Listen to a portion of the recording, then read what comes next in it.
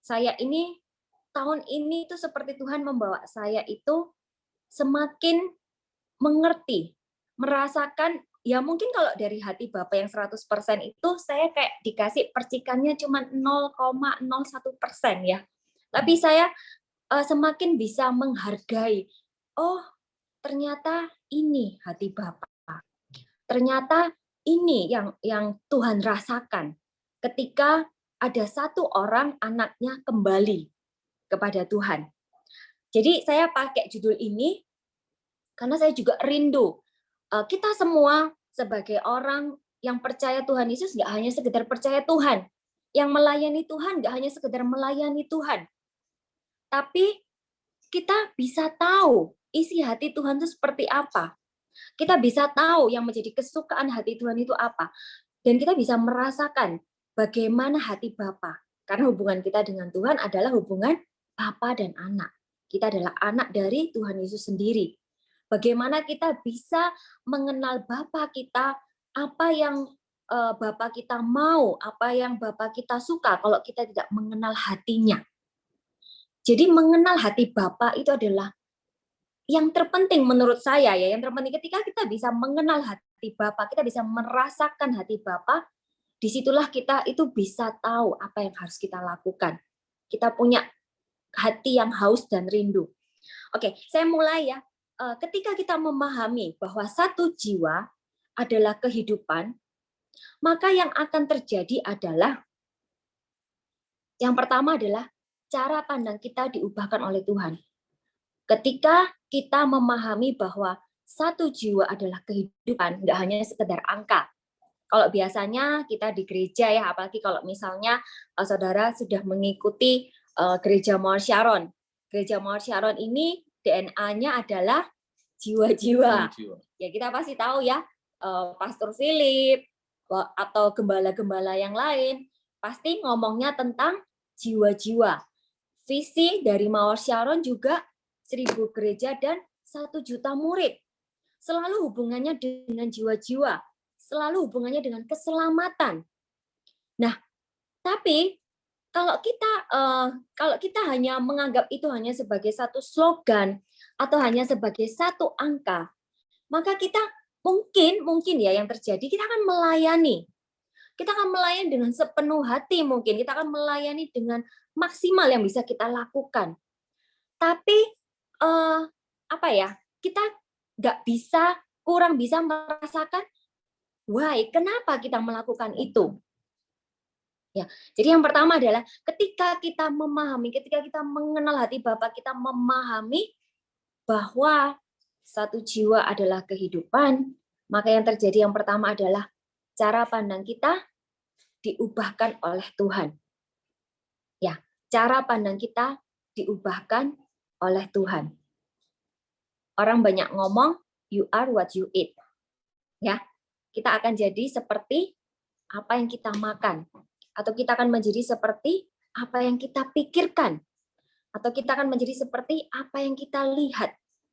Nah, menurut saya, ketika kita tahu bahwa satu jiwa itu bukan hanya sekedar slogan, dan bukan hanya sekedar target, dan bukan hanya sekedar angka, tapi kalau kita tahu bahwa satu jiwa adalah kehidupan, maka yang pertama yang Tuhan ubahkan adalah cara pandang kita. Ketika cara pandang kita berubah, maka segalanya akan Tuhan ubahkan. Kita mau melihat di Filipi 4 ayat 8 sampai 9. Ya, kita mau baca sama-sama ya. 1, 2, 3. Jadi akhirnya, saudara-saudara, semua yang benar, semua yang mulia, semua yang adil, semua yang suci, semua yang manis, semua yang sedap didengar, semua yang disebut kebajikan dan patut dipuji, pikirkanlah semuanya itu. Dan apa yang telah kamu pelajari, dan apa yang telah kamu terima, dan apa yang telah kamu dengar, dan apa yang telah kamu lihat padaku, lakukanlah itu.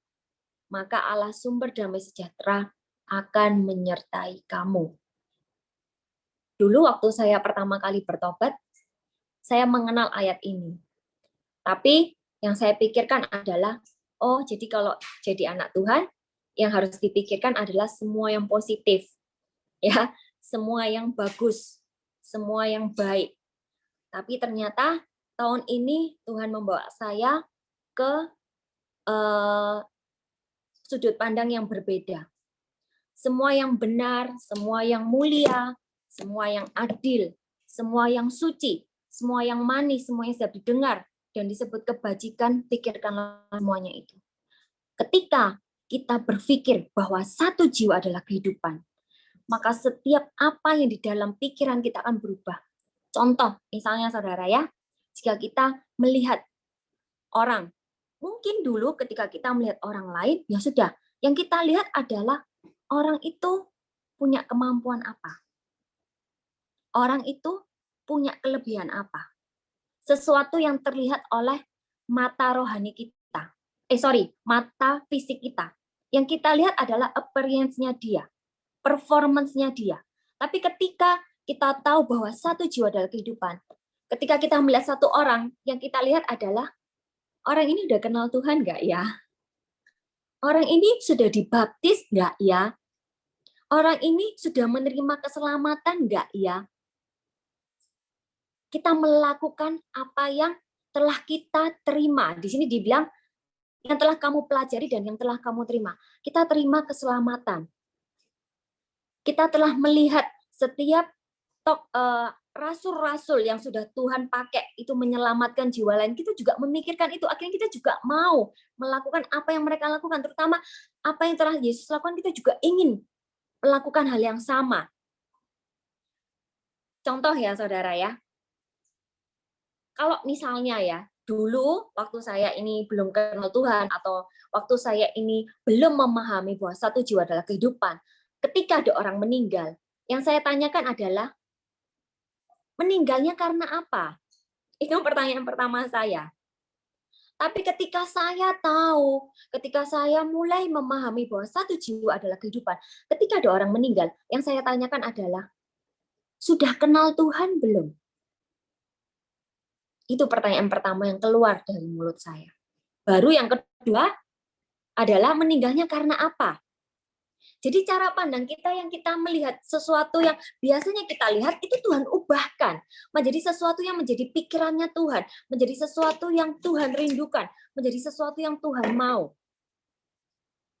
Terus juga ya, kalau misalnya dulu ya, ketika saya belum memahami bahwa satu jiwa adalah kehidupan, saya cuman seperti ini ya, saya cuman kalau misalnya ketika ketemu orang, saya cuman kalau gini, tadi saya ada salah ngomong nggak ya ke orang itu, kayak gitu ya. Atau misalnya saya lihat apa ya yang orang itu nanti pikir sama saya, apakah omongan saya ini membuat dia tersinggung atau enggak ya? Ataukah dia ngerti nggak ya maksud saya? Tapi ketika sekarang saya memahami bahwa satu jiwa adalah kehidupan, yang saya pikirkan adalah apa yang orang itu rasakan ketika bertemu dengan saya. Apakah mereka merasakan Yesus di dalam saya? Apakah mereka mendapatkan impact ketika mereka kumpul dengan saya, ketika mereka bertemu dengan saya, ketika mereka ngobrol dengan saya? Apakah mereka mendapatkan ada Yesus? Apakah mereka bisa mengenal Yesus dari saya? Jadi cara pandang kita diubahkan. Itu yang membuat kita, itu yang pasti yang pertama kali yang Tuhan ubahkan ketika kita memahami bahwa satu jiwa adalah kehidupan. Oke, yang kedua ketika kita memahami satu jiwa adalah kehidupan, maka yang terjadi adalah kita menjadi anak yang taat. Dan setiap ketaatan kita itu akan membawa kepada ketaatan yang lain. Ya, saya berusaha untuk ngomong lebih pelan ritmenya karena ada yang mentranslate ya. Kalau saya kecepatan nanti yang translate kasihan ya. Saya mengingatkan diri saya terus kalau ngomong jangan cepet-cepet ya, pelan-pelan aja ya. Jadi yang kedua adalah setiap ketaatan kita membawa kepada ketaatan yang lain. Singkat cerita, kemarin saya minggu lalu saya dan suami berangkat ke Penang untuk mengantarkan orang tua dan mertua check up. Seperti itu ya. Nah, karena saya waktu itu saya doanya gini, karena saya tahu kan kalau check up itu berarti setiap hari bakal ke rumah sakit. Jadi Setiap perjalanan saya, kebetulan dari apartemen yang saya tinggal ke rumah sakit itu, kita jalan kaki, ya, karena kan dekat sekali. Nah, di setiap perjalanan itu, saya berdoa gitu ya, Tuhan, hari ini Tuhan mau pertemukan saya dengan siapa? Karena saya berangkat hari Senin tanggal 18, tanggal 17 itu saya mendengarkan firman dari Pastor Philip. Pastor Philip itu bilang, ketika kita ini menjangkau jiwa, sebenarnya Tuhan itu sudah menyediakan jiwanya. Ya, jadi nggak semata-mata kebetulan bertemu dengan jiwa tersebut, lalu kita ajak orang tersebut untuk kenal Tuhan, tidak. Tapi sebenarnya ketika Tuhan mau kita menjangkau jiwa, Tuhan itu sudah menyiapkan jiwanya. Contoh perumpamanya seperti ketika kita ini mau mancing, Tuhan itu sudah kasih ikannya itu di dalam kolam. Jadi enggak, kita mau mancing kalau kita dapat ikan itu bukan karena kebetulan, bukan karena tiba-tiba, tapi karena Tuhan itu sudah siapkan jiwanya. Tuhan siapkan jiwanya dan Tuhan siapkan penjangkaunya, pemancingnya. Jadi ketika satu keselamatan terjadi, itu karena Tuhan yang menyediakan.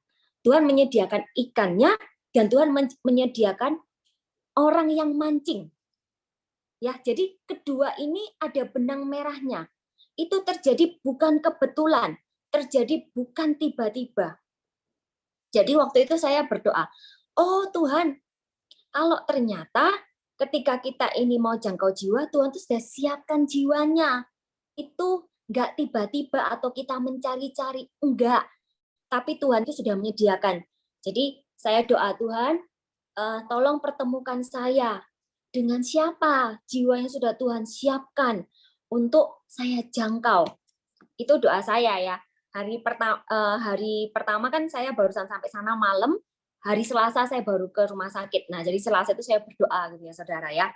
Sampai hari Rabu itu saya tuh cari kanan, kiri gitu ya. Kira-kira siapa yang bisa saya ajak ngomong, yang bisa saya injili, tapi kok nggak ketemu gitu saudara, karena saya juga mondar-mandir naik atas kanan kiri, gedung pertama, gedung kedua, lantai 1, lantai 2, karena kita mengantarkan tiga ya, jadi mama mertua, papa mertua, dan mama saya. Jadi kita ke dokter macam-macam dan ke ruangan yang banyak gitu.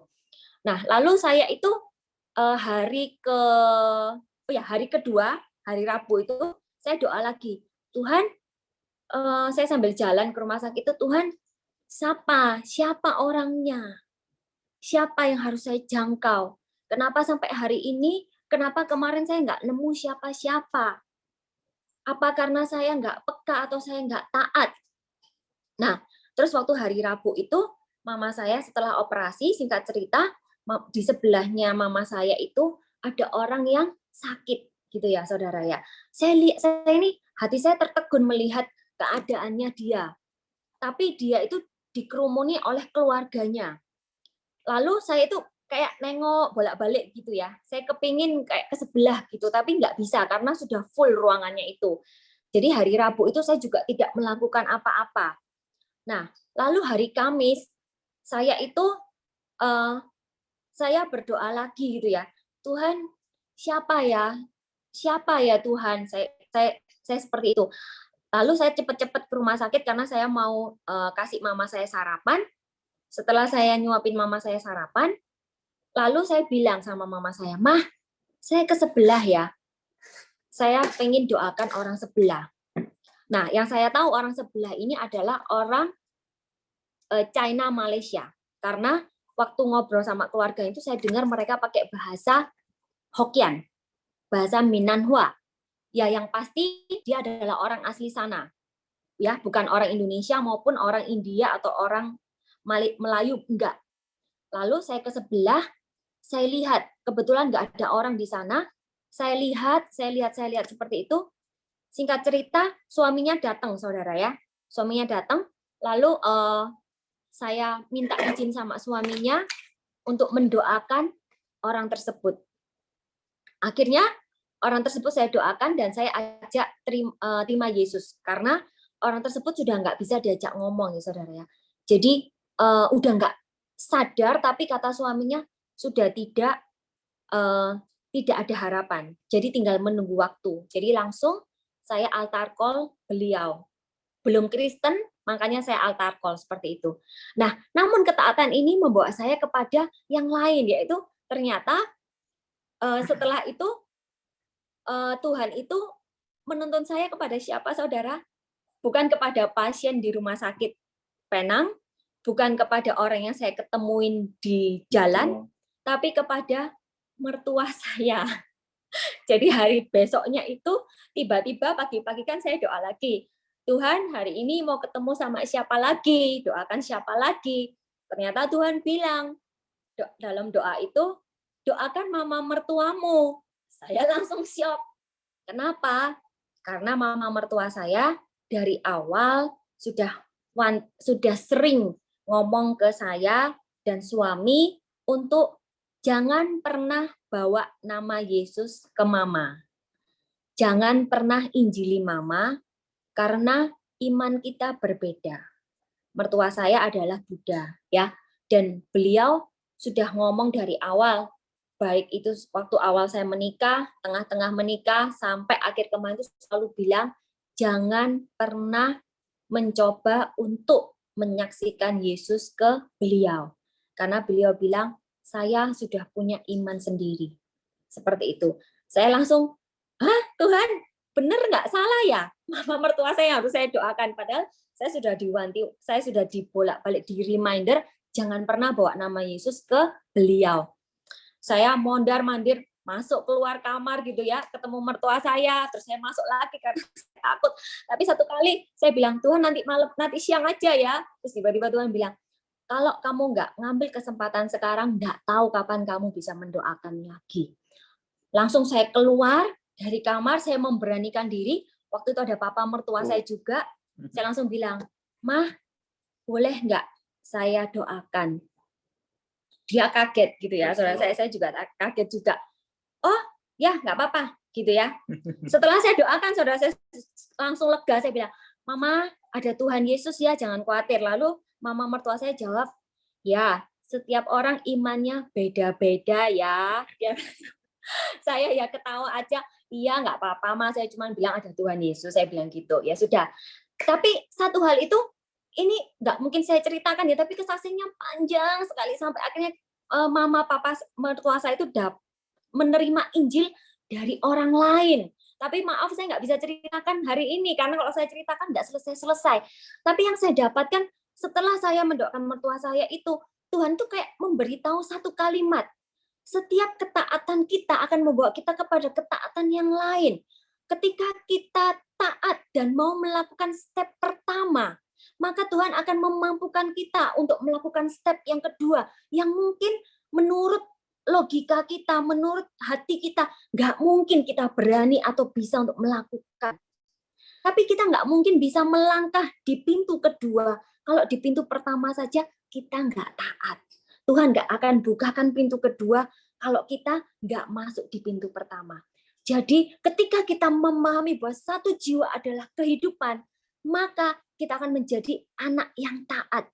Dan setiap ketaatan kita yang satu akan membawa kita kepada ketaatan yang lain. Di ayatnya adalah, nggak usah kita baca, kita cuma mau sama-sama lihat, barang siapa setia dalam perkara kecil, ia juga setia dalam perkara besar. Ketika kita melakukan hal yang kecil, tuh kita mau taat, Tuhan akan memberikan kita perkara yang besar. Oke, kita langsung ke poin ketiga.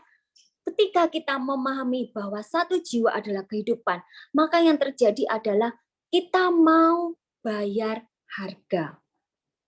Ya, sering ya di ayat ini kan Paulus ngomong ya, namun aku hidup tetapi bukan lagi aku sendiri yang hidup, melainkan Kristus yang hidup di dalam aku. Dan hidupku yang kuhidupi sekarang di dalam daging adalah hidup oleh iman dalam anak Allah yang telah mengasihi aku dan menyerahkan dirinya untuk aku. Saya sering membaca ayat Paulus ini dan saya selalu merasa Paulus ini luar biasa ya. Setiap ayat yang dia tulis itu, dia benar-benar menghidupi ayat itu. Kalau sampai Paulus bisa bilang, namun aku hidup, Tetapi bukan lagi aku sendiri yang hidup, melainkan Kristus yang hidup di dalam aku. Saya yakin Paulus ini juga manusia biasa ya.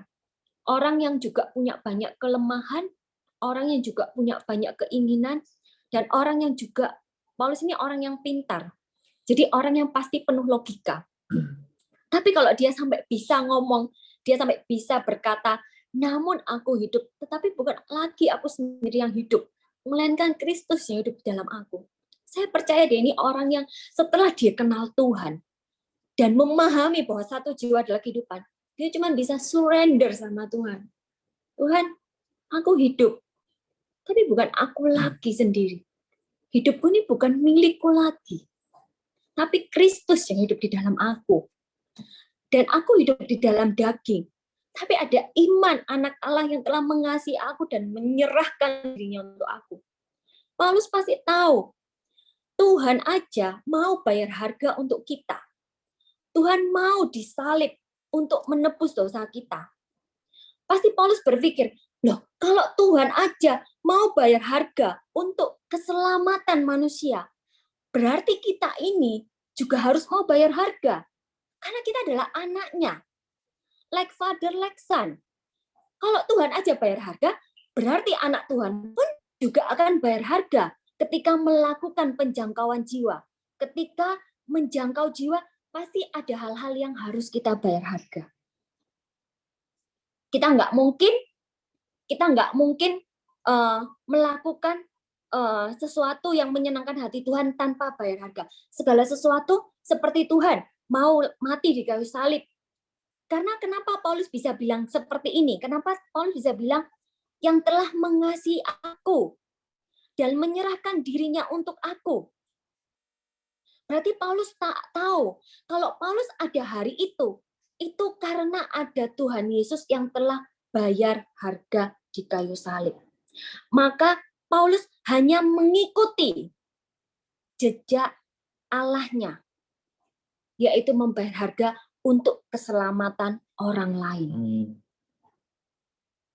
Contoh saudara ya, ketika seorang ayah atau seorang ibu, seorang mama, ingin anaknya itu bersekolah di sekolah yang bagus, atau misalnya ingin anaknya jadi anak yang luar biasa, pasti orang tuanya akan mati-matian kerja demi untuk anaknya.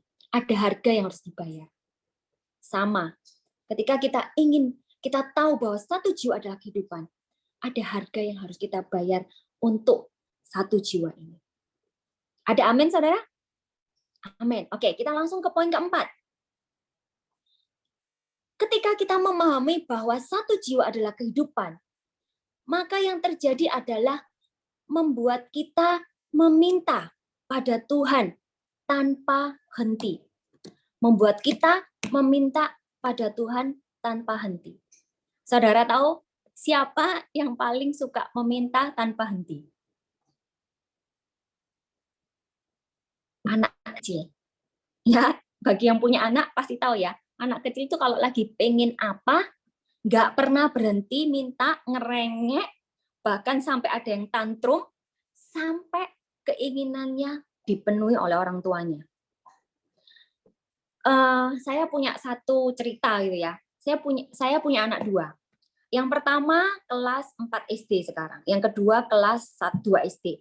Nah, yang kelas 4 SD ini dari 3 bulan yang lalu, yaitu selalu minta sama saya, "Mah, saya minta kamar saya dicat warna pink." Saya selalu bilang, "Aduh, nggak usah lah. Mama itu kalau cat nggak suka warna yang macam-macam, warna netral aja supaya nanti ya selamanya nggak usah ngecat gitu ya." Dan lagi saya bilang, kalau ngecat kita harus panggil tukang, rumah harus diberesin, dan mama belum ada waktu untuk stay at home, saya bilang gitu. Tapi anak saya ini sehari bisa ngomong 3-4 kali, ngomong, "Ma, saya minta kamar saya dicat warna pink." Dan ngomongnya dalam waktu 3 bulan itu tidak berhenti, every day. 1 hari 3 kali kayak orang makan dan minum obat itu selalu mengingatkan saya, "Ma, Cici minta kamar Cici dicat warna pink." Sampai 1 kali saya udah nggak betah, saudara ya. Saya udah nggak betah, saya langsung bilang sama suami, tolong kamar anakmu dicat warna pink. Seperti itu. Terus akhirnya beneran terjadi, saudara. Ketika saya melihat kamar anak saya jadi pink, saya tuh langsung berpikir gini, saya langsung diingatkan Tuhan, waktu itu saya malam. Nggak ada yang mustahil. Ketika kita minta sesuatu yang kelihatannya nggak mungkin, karena bagi saya terus terang, saya nggak mungkin cat. Yang pertama, yang kedua, saya nggak akan pakai warna pink. Tapi itu ternyata bisa terjadi, saudara. Saya sampai ngomong sama suami, ternyata benar ya, kita ini harus punya hati seperti anak kecil yang minta tanpa henti. Ayat ini mengatakan, mintalah maka akan diberikan kepadamu. Carilah maka kamu akan mendapat. Ketoklah maka pintu akan dibukakan bagimu. Satu hari, saya ini tipe orang yang pertama sungkanan, saudara ya. Jadi saya ini orangnya gampang sungkan sama orang lain. Takut orang lain tuh merasa nggak nyaman. Nah, satu kali suami saya itu bilang, altar call best friendmu untuk dibaptis. Ya, ceritanya panjang tapi saya cuma kasih intinya aja. Lalu itu kejadiannya setelah anak saya itu kamarnya dicat. Saya cuma merasa kayaknya nggak mungkin bisa langsung dibaptis karena dia barusan aja mau kenal Tuhan. Tapi lalu saya diingatkan Tuhan oleh cerita yang kamar anak saya itu dicat itu. Jadi waktu itu saya galau gitu ya seharian dari pagi sampai siang-siang itu ya. Terus habis itu ada coach Shirley juga ngomong, ayo pasti bisa nih dibaptis ini kayak gitu juga ya. Nah terus habis itu kan karena waktu itu kita juga ke gerejanya barengan ya sama coach Shirley juga. Nah waktu itu waktu siang itu saya galau sekali sampai akhirnya saya memutuskan untuk cari tempat yang sepi untuk saya berdoa. Dan saya nggak bisa berdoa, saudara. Saya cuma ngomong, Tuhan saya minta, saya mau. Saya ini berusaha mempraktekkan seperti Kelly waktu ngomong sama saya minta kamarnya dicat. Jadi saya cuma doa, Tuhan saya minta, saya mau best friend saya dibaptis hari ini. Saya minta, saya mau best friend saya dibaptis malam ini. Saya minta, saya mau best friend saya dibaptis malam hari ini. Doa saya cuma itu saja, saudara. Selama berapa menit itu saya cuma ngomong itu dan berbahasa roh. Dan nggak ada yang lain. Dan puji Tuhan, saudara, malam itu best friend saya dibaptis. Saya jadi kayak Tuhan tuh cuma ngomong gitu loh, minta. Kamu jangan cuma minta bisnismu diberkati. Jangan cuma minta pernikahanmu dipulihkan. Jangan cuma minta kesehatanmu dipulihkan. Pernahkah kita berpikir, pernahkah kita minta sesuatu yang jadi kesukaan hati Tuhan? Pernahkah kita minta sesuatu yang jadi isi hati Tuhan dalam doa kita? Pernahkah kita minta sampai benar-benar minta, sampai benar-benar memohon sama Tuhan apa yang jadi isi hati Tuhan? Kalau belum pernah, ayo kita praktikkan sama-sama. Minta sama Tuhan. Tuhan, saya minta, saya mau orang ini, orang itu, keluarga saya, teman saya, saudara saya bisa mengenal Tuhan Yesus. Amin. Amin. Oke, lanjut poin kelima. Ketika kita memahami bahwa satu jiwa adalah kehidupan, maka yang terjadi adalah kita tahu tujuan hidup kita yang sebenarnya. Kita tahu tujuan hidup kita yang sebenarnya. Kebetulan akhir-akhir ini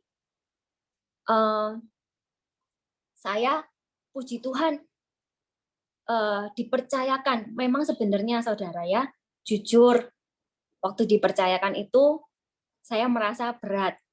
Ya dipercayakan untuk CG France ini, ya handle CG France, juga ada satu lagi Tuhan percayakan untuk handle untuk mengajar MSJ di CG China. Saya pertama menolak, saudara. Jujur saya menolak karena saya merasa berat. Kenapa? Karena saya merasa saya sendiri untuk CG yang ada dan yang lain saya merasa keteteran gitu ya. Keteteran itu apa ya bahasa Indonesia-nya? Visi. Apa ya? overload. Saya merasa seperti itu. Jadi saya merasa daripada saya suam-suam kuku atau melakukannya separuh-separuh, mending saya nggak usah. Saya mikirnya gitu, saudara ya. Padahal sebenarnya Tuhan tuh berpikirnya nggak seperti itu.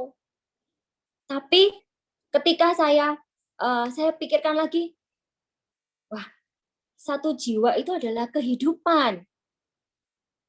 Dan kebetulan tadi pagi saya menjalankan training untuk pengajar MSJ.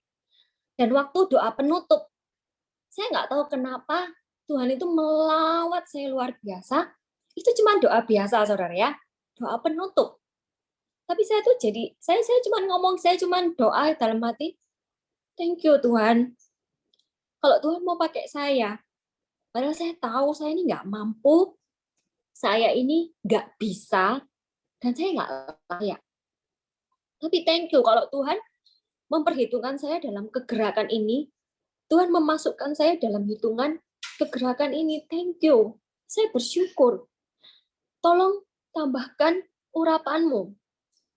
Bukan untuk saya menjadi hebat atau menjadi super power, no. Tapi satu, agar setiap orang yang saya jumpai, setiap jiwa yang saya jumpai, itu menjumpai Tuhan. Ketika saya melayani, yang mereka jumpai adalah Tuhan, dan bukan saya. Tolong urapi saya, dan thank you Lord untuk setiap kesempatan yang Tuhan kasih. Saya tahu, ternyata ketika kita menyadari bahwa satu jiwa adalah kehidupan, kita tahu bahwa kita hidup di dunia ini adalah untuk Tuhan. Setelah kita diselamatkan oleh Tuhan, kita merasakan kasih Tuhan. Ada orang lain yang menanti untuk merasakan apa yang kita rasakan. Ada kehidupan yang lain, kehidupan orang-orang lain yang menanti kasih Tuhan yang akan menyelamatkan kehidupan mereka. Ada kehidupan-kehidupan lain yang butuh diselamatkan. Dan kalau kita nggak mau masuk di dalamnya, siapa? Tuhan kasih saya ilustrasi. Satu kali, waktu saya minta anak saya, Kili, bantu mama angkat meja ini keluar. Sebenarnya saudara, saya bisa ngangkat itu sendirian. Mejanya loh ringan, nggak terlalu besar. Tapi kenapa? Saya cuma pengen anak saya ini punya momen sama saya, punya memori sama saya waktu saya ngangkat meja itu, dia juga merasakan apa yang saya rasakan. Iya, Mas, saya bantu. Padahal sebenarnya yang ngangkat itu 90% pakai kekuatan saya. Anak saya paling cuma 10% karena kan dia nggak kuat. Tapi ketika kita berhasil memindahkan meja itu dari kamarnya keluar, dia happy. Wah, Cici berhasil ngangkat ya. Seperti itulah yang Tuhan ingin kita rasakan. Ketika ada satu jiwa yang dimenangkan, sepertinya melalui tangan kita, melalui pelayanan kita, kita akan merasa, wah, aku sudah menangin satu jiwa loh. Padahal kalau kita mau tahu, itu bukan kita. Itu Tuhan yang melakukan. Tapi Tuhan rindu kita merasakan sukacita yang sama. Tuhan rindu kita merasakan momen yang sama. Tuhan rindu kita merasakan sesuatu hal yang sama seperti yang Tuhan rasakan. Satu kali, waktu best friend saya itu dibaptis, waktu dia maju altar call di ibadah kebaktian di gereja Mars Sharon, saya cuma nangis, saya cuma bilang, thank you Lord. Akhirnya best friend saya yang saya doakan 8 tahun, hari ini bisa maju ke depan tanpa saya minta. Dia dengan keinginannya sendiri maju ke depan untuk percaya Tuhan Yesus, dan bahkan dia berlutut di paling depan. Saya cuma, thank you Tuhan, saya happy sekali. Lalu Tuhan cuma bilang apa? Kalau kamu aja happy, apalagi aku yang sudah mati buat dosanya dia. Jadi sebenarnya ketika kita tahu bahwa satu jiwa adalah kehidupan, kita tahu, oh ternyata ini. Ternyata ketika kita melayani dan kita menjangkau jiwa, itu bukan karena Tuhan butuh kita, bukan karena tanpa kita Tuhan nggak bisa, Bukan karena Tuhan mau kita membantu Tuhan. No. Tapi karena satu, Tuhan pengen kita merasakan sukacitanya. Dan Tuhan pengen kita tahu bahwa ini yang namanya hidup. Ketika kita merasakan sukacita, satu jiwa kembali kepada Tuhan. Amin. Amin, saudara. Ayo kita mau sama-sama. Kita mau sama-sama minta sama Tuhan hati. Pernah satu CGL saya tanya sama saya, Coach, apakah kerinduan untuk bisa jangkau jiwa itu tiba-tiba ada? Caranya gimana? Karena saya nggak punya kerinduan itu. Saya bilang, saya juga nggak punya kok awalnya. Saya juga nggak punya. Bahkan saya nggak ngerti. Dan saya nggak punya kerinduan untuk jangkau jiwa. Oleh sebab itu saya minta sama Tuhan.